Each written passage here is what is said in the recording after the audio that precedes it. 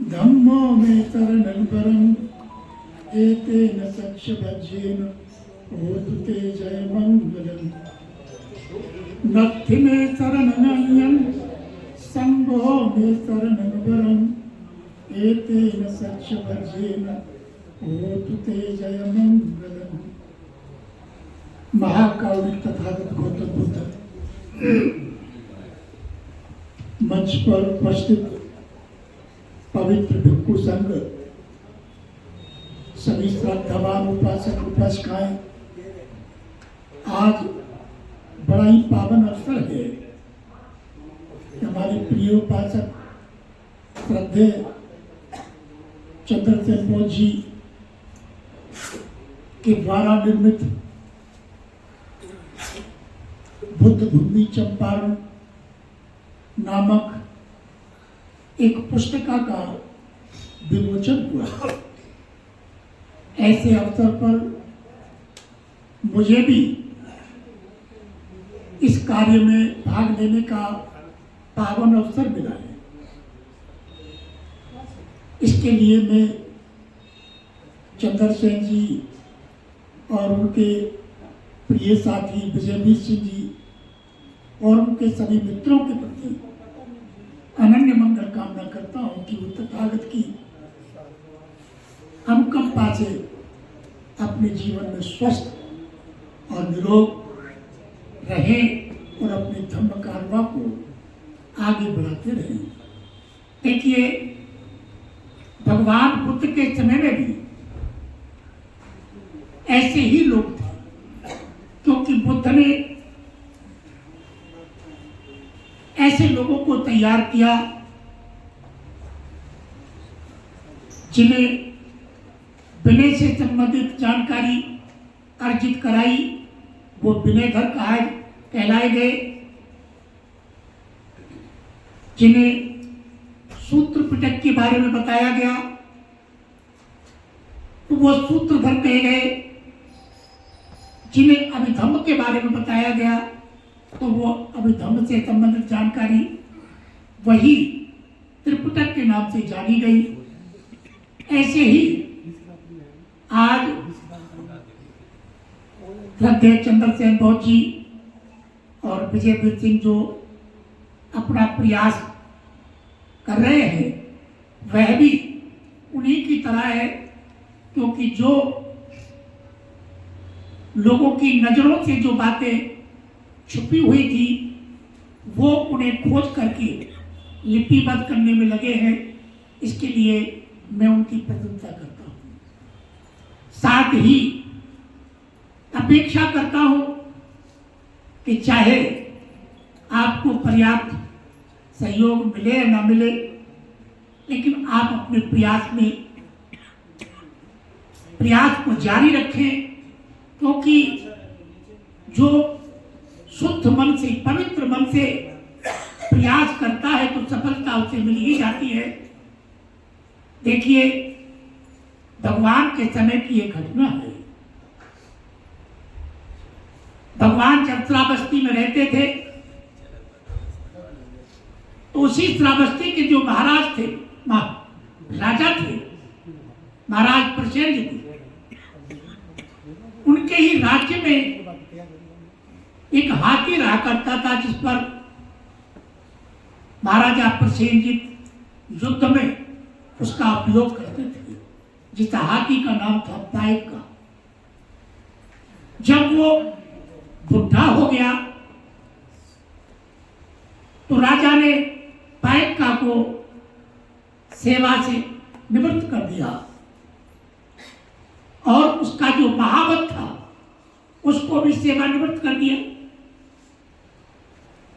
तो पाइक का हाथी अन्य हाथियों के साथ मिलकर के तालाब में पानी पीने के लिए प्रतिदिन जाता था।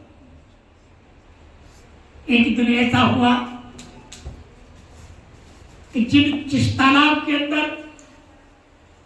पाइप का प्रतिदिन पानी पीने के लिए जाता था, उसी तालाब में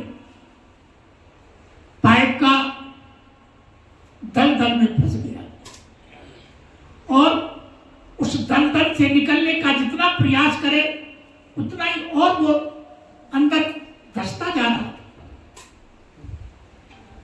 वहां उपस्थित जितने भी महावत थे बड़े चिंतित होने लगे कि इतना बलशाली हाथी आज ऐसी जगह पर आकर के फंस गया।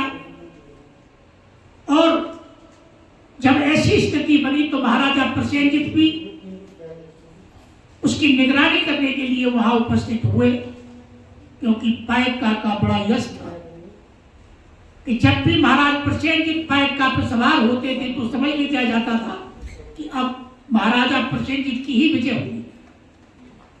महाराज प्रसेनजीत वहां उपस्थित हुए, देखा पाइका दलदल में फंसा हुआ। महाराज प्रसेनजीत ने जो उसकी देखरेख करने वाले महावत थे उनको बताया कि भाई कोई ऐसा तरीका ढूंढो जिससे कि हाथी बाहर आए।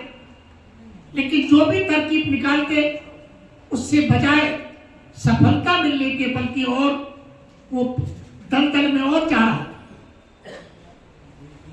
महाराजा प्रसेनजीत ने जो पाइका का महावत था उसके बारे में जानकारी करनी चाहिए कि उसे बुलाया जाए। तो पता चला कि वो महावत भी भगवान के भिक्षु संघ में शामिल हो गया है और वह भी वहां भिक्षु बना हुआ है, भगवान के सानिध्य में ध्यान कर रहा है। महाराज प्रसेनजीत ने उस महावत को भगवान के से निवेदन किया और महावत को वहां बुलाया गया। और वो महावत जब वहां आया और देखा तो पाइप का दलदल में फंसा हुआ है, तो वो महावत उस पाइप का को देख करके हंसने लगा।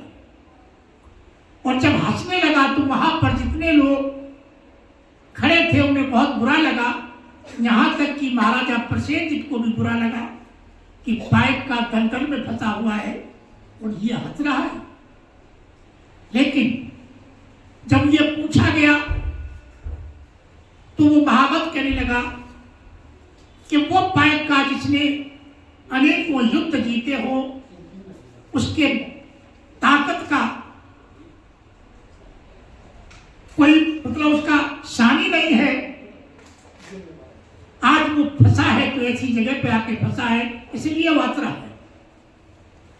महाराजा प्रसेनजीत को महावत कहता है, महाराज पाइप का गंभीर स्थिति में है, इसलिए अब एक ही तरीका बाकी बचा है कि यहां पर रणभेरी बजाई जाए, युद्ध का बाजा बजाया जाए।